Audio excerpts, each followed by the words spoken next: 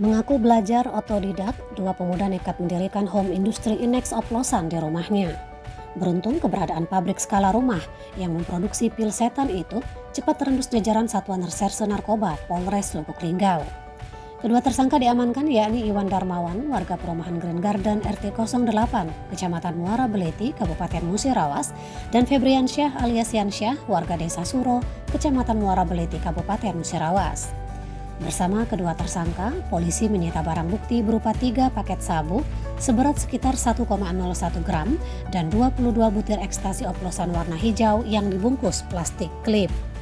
Selain itu turut disita serbuk warna hijau kekuningan dengan berat sekitar 991 gram, bubuk warna hitam seberat 22 gram, serbuk warna hijau seberat 18 gram, dan timbangan digital serta kompor listrik yang diduga digunakan sebagai bahan dan alat pembuat ekstasi oplosan.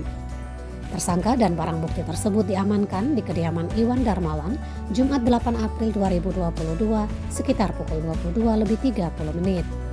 Kapolres Lubuk Linggau AKBP Harisandi didampingi Kasat Narkoba Ibtu Hendri dan Kasih Humas AKP Hendri menjelaskan terungkapnya home industri ekstasi oplosan tersebut berawal dari informasi masyarakat. Menurut Kapolres, sasaran peredaran produk ekstasi oplosan ini adalah kota Lubuk Linggau dan sekitarnya. Sementara itu tersangka Iwan mengakui perbuatannya memproduksi ekstasi oplosan.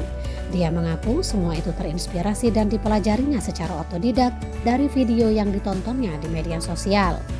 Menurut Iwan, Inex oplosan tersebut dijual seharga Rp50.000 per butir.